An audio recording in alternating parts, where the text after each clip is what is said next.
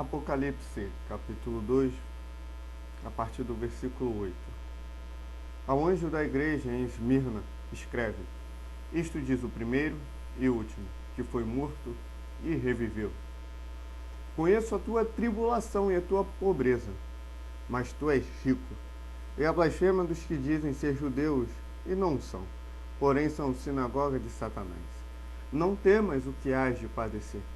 Eis que o diabo está para lançar alguns de vós na prisão, para que sejais provados, e tereis uma tribulação de 10 dias. Sê fiel até a morte, e dar-te-ei a coroa da vida. Quem tem ouvidos, ouça o que o Espírito diz às igrejas. O que vencer, de modo algum, sofrerá o dano da segunda morte. Estamos diante de um texto onde o Senhor revela ao apóstolo João mais uma carta, segunda carta das 7 igrejas ali de Apocalipse. Bem, destinada à igreja que está residente em Esmirna, que era uma cidade que ficava ao norte de Éfeso. Ela é uma igreja que não recebe uma repreensão, mas é uma igreja que recebe consolo. Eu queria dizer para você que é fiel a Deus, que é fiel a Jesus, que está vendo o caos dominando sobre o Brasil, o caos dominando sobre a igreja que está sobre o mundo, onde você olha para o lado e vê trevas, olha para o outro e vê trevas, olha para os lugares que se dizem igrejas e os vê em trevas. Não desanime, não se amedronte. O Senhor é fiel, a sua palavra é fiel. O Senhor, em certo momento, vira para Jeremias e fala: Jeremias, o que é que tu vês, Jeremias? Jeremias responde e diz: Senhor, eu vejo uma vara de amendoeira. Viste bem, diz o Senhor, porque eu velo sobre a minha palavra para cumprir. Irmãos, nós estamos vivendo tempos terríveis, tempos assustadores, que, como disse, se não me falha a memória, Leonard Ravenhill, o período em que vivemos hoje fazem o período das trevas, onde teve mortes horrendas, fazem aquele período que na época, depois, posteriormente, foi reconhecido como o período das trevas.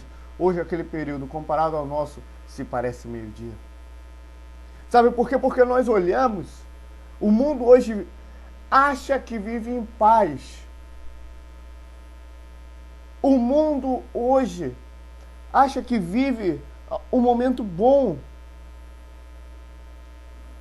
Eu não estou dizendo financeiramente, economicamente, não, porque isso está bem claro que a nossa política brasileira está ruim. E o povo se preocupa só com a política brasileira, mas quando o povo entender, quando a igreja entender que o Brasil está assim por culpa dela, as coisas serão diferentes.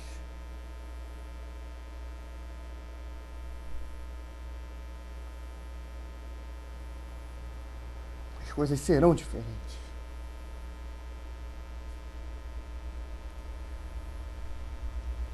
Existem pesquisas que dizem que mais da metade da população brasileira é evangélica, se não diz hoje, pelo menos dizia. De repente essa pesquisa, esse número até tem aumentado. Mas as pessoas dizem isso da boca para fora. Está escrito: amor não seja fingido, mas seja em obras e em verdade. Mas você que é a igreja, que está passando por um período desanimador, o Senhor te diz: conheço a tua tribulação e a tua pobreza, mas tu és rico, tu tens o Senhor, eu tenho o Senhor, nós temos o Senhor, temos o Espírito Santo de Deus. Temos Jesus. Temos Jesus. Ele é a nossa maior riqueza.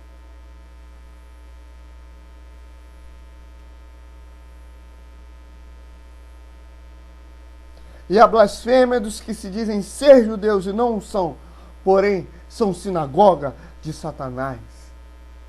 Olhando para a nossa realidade, aplicando esse texto à nossa realidade, podemos olhar e ver igrejas de Satanás, aonde ele está imperando, onde ele está dominando, esse período neopentecostal, pouco ramificado do pentecostalismo, não pentecostalismo em si, mas algumas igrejas pentecostais que visam a terra,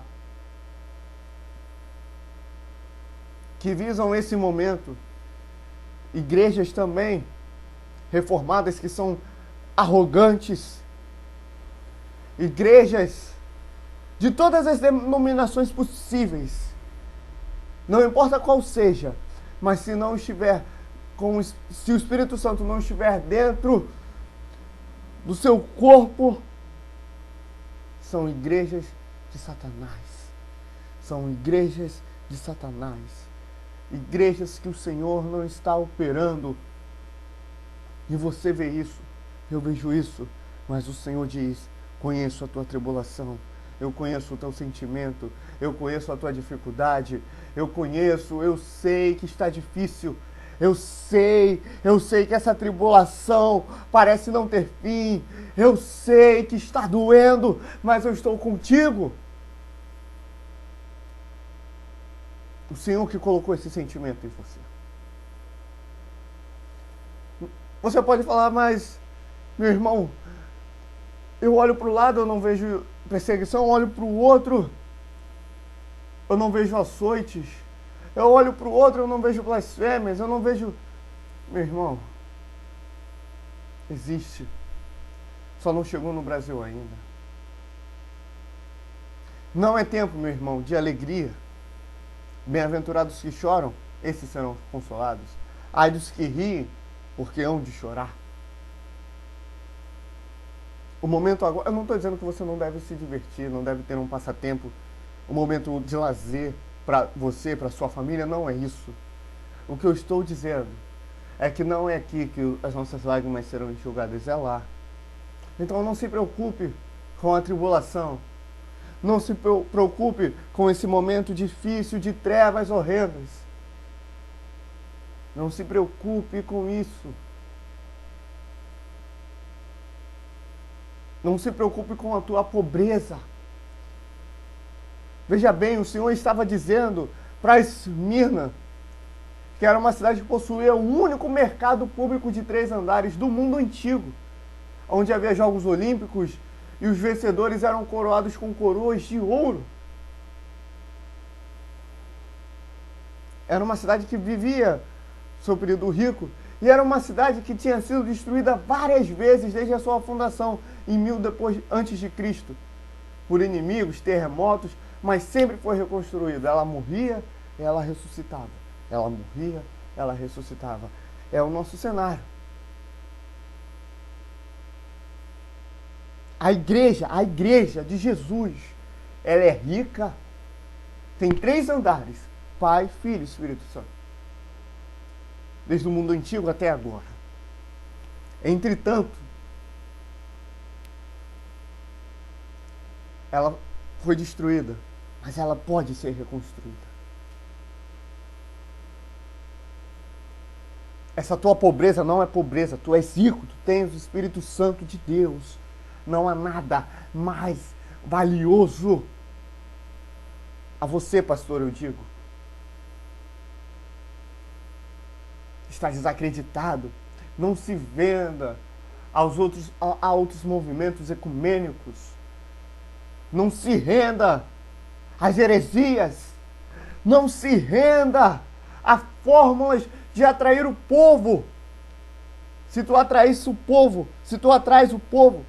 com o entretenimento tu terás que manter. Se tu atrai o povo com o dinheiro manterás. Mas se tu atrais o povo com o Espírito Santo manterás. Por isso, não se venda a movimentos. Seja fiel à palavra. Conheço a tua tribulação e a tua pobreza, mas tu és rico, e a blasfêmia dos que se dizem ser judeus e não são, porém são sinagogas de Satanás. Não temas o que hás de padecer. Tende a piorar, tende a ficar mais difícil, mas são temas. O Senhor está com a igreja, o Senhor é contigo, o Senhor é comigo, o Senhor é conosco. Vamos orar, vamos jejuar, vamos nos dedicar às Escrituras, vamos estudá-la, vamos entender os textos, vamos nos aprofundar na palavra. O Espírito Santo nos guia na palavra que é a verdade. Em toda a verdade Ele nos guiará. Eis que o diabo está para lançar alguns de vós na prisão, para que sejais provados. E tereis uma tribulação de 10 dias. Ser fiel até a morte, e dar-te-ei a coroa da vida. Meu amigo pastor, meu irmão, líder, você que está pastoreando uma congregação, eu te digo, meu amigo, meu irmão, não se venda. É claro que há coisas a parte do Senhor para te repreender, para te exortar, mas você que se mantém, olha para esse caos, para essa tribulação, para essa pobreza, mas o Senhor te chama de rico. Olha para o lado e vê igrejas de Satanás, vê igrejas que estão imperadas pelas heresias. Mas eu te digo, não temas o que hás de padecer. Não temas. Tu és rico, diz o Senhor. Essa peleja, o Senhor está conosco. A você, igreja, mantenha-se. Continue para o alvo. Não mude. Ser fiel até a morte. Seja como Policarpo, que era o líder da igreja que estava em Esmirna, aonde no final de sua vida ali, na sua morte, onde ele enfrentava uma multidão sedenta no estádio municipal, o imperador romano exigia que ele jurasse por César e amaldiçoasse a Cristo.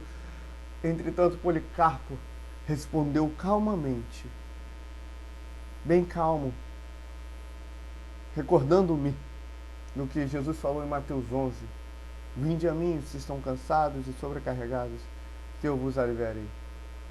E aprendei de mim, que sou manso e humilde de coração. Ele respondeu com a mansidão e a humildade de Jesus o seguinte: por 86 anos eu o servi, e ele nunca me fez mal. Como posso blasfemar contra o meu rei, o qual me salvou? Não existem motivos absolutos, nem motivos chulos, não existe motivo algum para que abandonemos o Evangelho, para que abandonemos Jesus, para que abandonemos o reino de Deus. Ele nos salvou, Ele nos regenerou, Ele nos justificou, Ele nos deu o acesso ao arrependimento mediante a fé. Ele nos deu a graça. Somos chamados filhos de Deus. Somos igrejas do Senhor, corpo de Cristo. Não há por que abandonarmos o Evangelho. Vamos ser fiéis. Senhor nosso, Deus nosso, nos ajuda nesse período difícil, Pai. Nos ajuda a vencer os nossos desejos e os nossos pecados. Salva-nos e seremos salvos. Liberta-nos e seremos livres. Nos conduza, Pai. Nos conduza, meu Jesus. Nos dê a força necessária, a Tua força. Pois assim como disse Jeremias, bem-aventurado aqueles que temem e confiam no Senhor. Confiamos em Ti. ser conosco. Senhor, nos capacite e nos abençoe. Em nome de Jesus.